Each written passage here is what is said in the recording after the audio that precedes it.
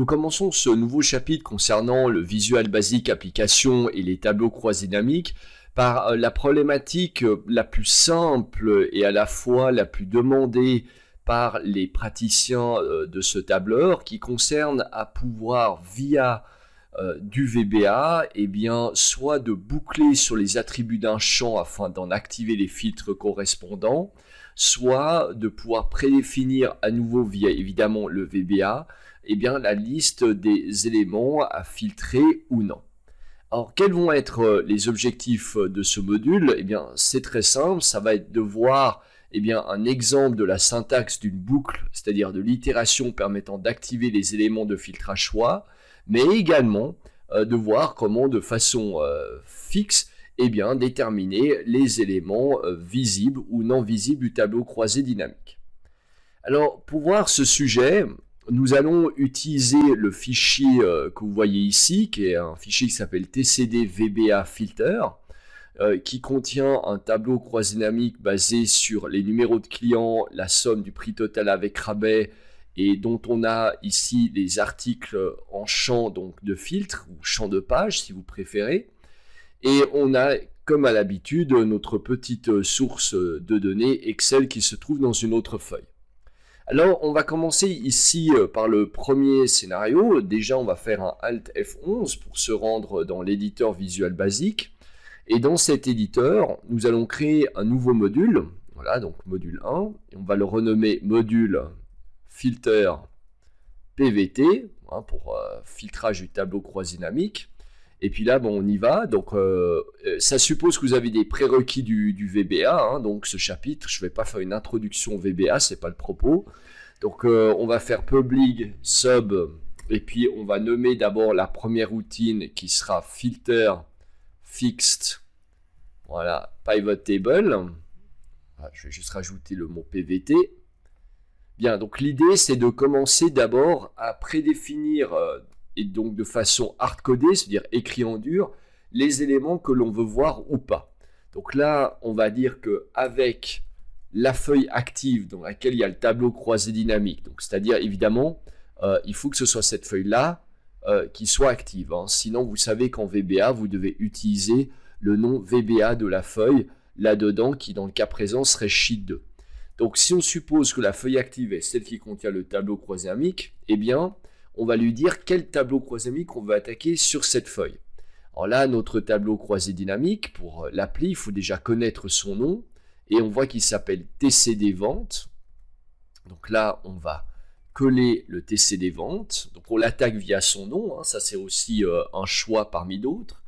Ensuite, on va dire quel champ on veut attaquer de ce tableau croisé dynamique. Donc j'aimerais attaquer le champ qui s'appelle article.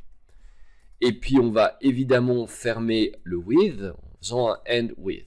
Bon, maintenant qu'on a fait ça, entre deux, donc toujours avec la tradition de faire des tabulations pour avoir un meilleur confort de lecture, on va dire que dans ce champ, eh bien, on va vouloir faire certaines choses avec certains composants. Donc, c'est ce qu'on appelle les pivot items. Donc, dans ce champ article, le pivot item qui s'appelle AST Intel 100, donc je vous rappelle qu'on a plusieurs articles ici dans ce champ de tableau croisé dynamique. Vous voyez, il y a AST Intel 150, 100, AST Intel 200, IBM 500. Eh bien, le AST Intel 150, pour commencer, bah, j'aimerais effectivement qu'il soit visible. Donc, le point visible, on le met à true. Ensuite, le 200, par exemple, j'aimerais celui-là qui ne soit pas visible.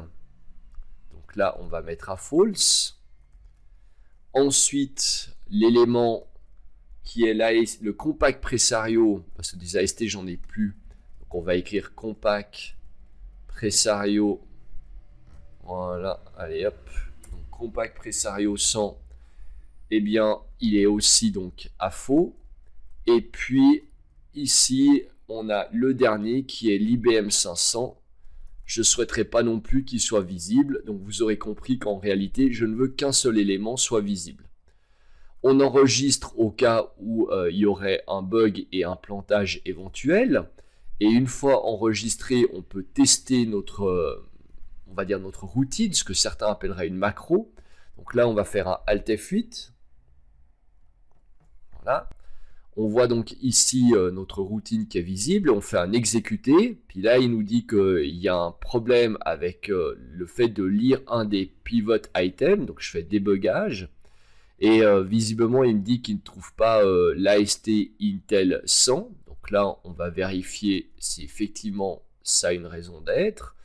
Donc AST Intel 100 effectivement n'existe pas.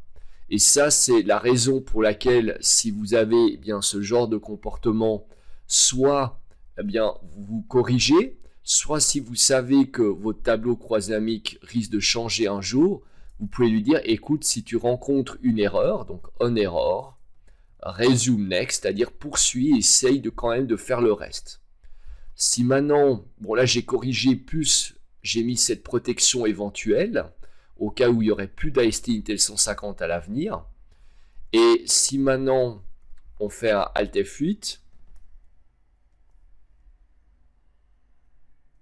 et qu'on exécute la macro, et bien donc la routine en toute rigueur, vous pouvez constater que le tableau croisé dynamique a effectivement été filtré et nous n'avons que les AST Intel 150 qui sont visibles. Bon.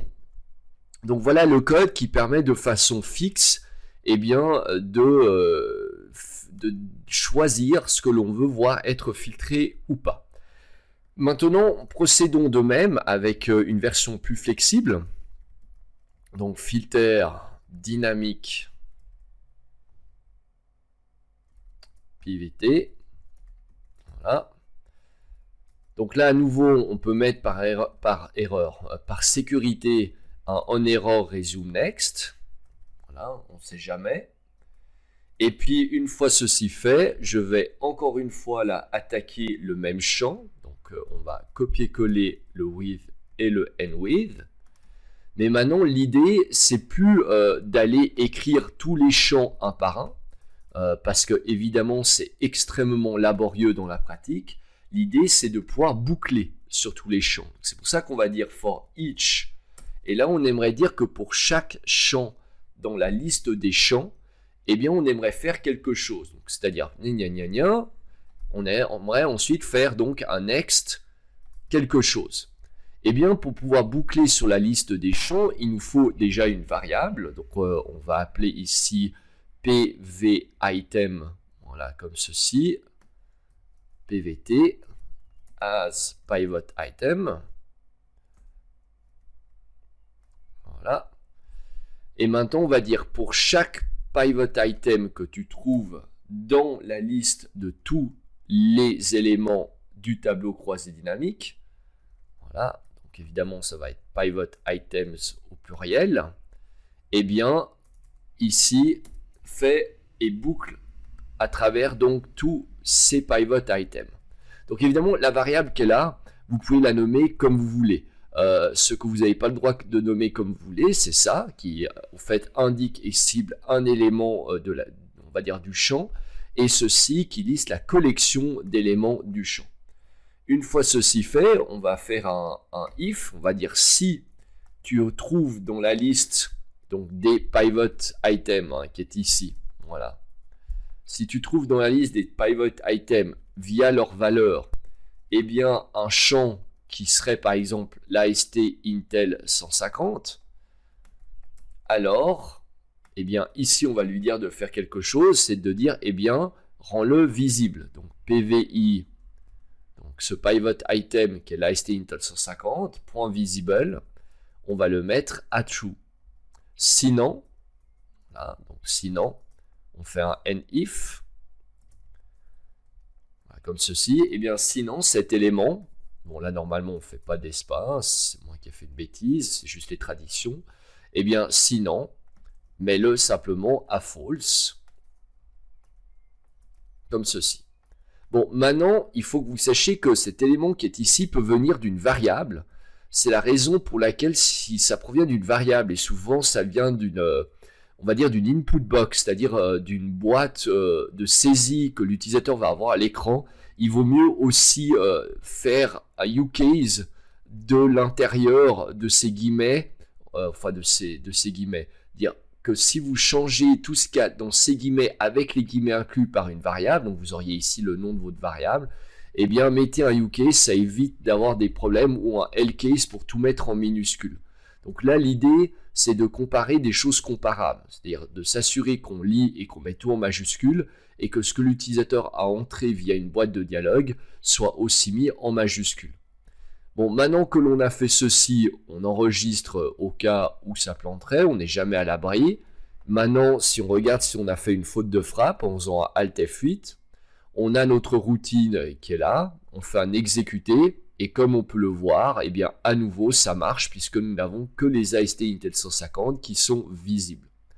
Rien ne vous empêche, et je le répète encore une fois, en lieu et place de ceci, de mettre un input box, et puis ici de mettre au fait simplement eh bien, un élément que vous souhaiteriez, merci de choisir, voilà, que vous souhaiteriez voir vos utilisateurs saisir. Et si on exécute à ce moment-là la routine, vous voyez qu'on a une boîte de dialogue, et là je peux mettre AST, je peux écrire n'importe comment, vous voyez, avec par exemple un L majuscule, 200, je valide par OK, puis maintenant évidemment, comme je l'ai mis dans la boucle, en fait il va le demander à chaque fois, hein, donc on se rend bien compte que c'est ridicule de mettre l'input box là-dedans, raison pour laquelle normalement on va mettre ici eh bien item choice, str item choice égale l'input box, et puis comme je vous avais dit tout à l'heure, en fait c'est la variable que l'on mettra ici pour pas que l'input box apparaît à chaque fois. Et si maintenant on exécute le script et puis que là on s'amuse à évidemment faire exprès de faire des choses tordues avec les majuscules, minuscules, et qu'on valide par OK, et que l'on va voir, on voit que à ce niveau-là, on a maintenant aussi les AST Intel 200 eh bien, qui sont tout simplement cochés. Bon, maintenant, ceux-ci ont été vus, vous pourriez dire oui, mais bon, moi ce que j'aimerais, c'est par exemple que le reste soit pas coché. Là, dans le cas présent, vous allez me dire pourquoi est-ce qu'il a coché quand même le 150 alors que pourtant j'ai bien dit que je voulais que les AST Intel 200. Eh bien, si on revient dans l'état initial du tableau croisé dynamique, voilà, qui est ici, et qu'on relance à nouveau cette macro, voilà, dynamique, et que je prends donc AST Intel 200, comme ceci. Donc là, vous pouvez voir que j'ai bien effectivement que les AST Intel 200, et que si on fait donc à nouveau un Alt F8, puis que je prends les AST Intel 150, voilà, eh bien, j'ai effectivement que les AST Intel 150. Donc en fait, ça marche bien à partir du moment où vous ne devez jamais oublier quand vous faites un code, c'est-à-dire VBA ou même dans un autre langage, de vous remettre dans les conditions initiales, c'est-à-dire par exemple qu'au départ, rien n'était filtré, et ensuite de pouvoir utiliser votre routine de façon normale, ce qui fait qu'elle marchera à tous les coups. Avant, il ne s'est pas comporté correctement. Pourquoi? Parce que j'avais arrêté une routine en cours de route, et c'est des choses qu'il faut éviter de faire lorsque l'on teste des codes. D'où l'importance qu'oublient souvent les participants en cours une fois qu'ils sont seuls dans leur bureau, c'est retester toujours 3 fois, faites tester par des personnes qui font partie d'une équipe de test avant de déployer votre solution, et n'oubliez pas, quand vous testez par contre seul, de vous remettre dans les conditions initiales si vous interrompez un code que vous avez exécuté précédemment. Donc voilà pour ce sujet. Pour résumer, qu'est-ce qu'on a vu? On a vu comment parcourir en VBA les valeurs de filtre d'un champ d'un TCD.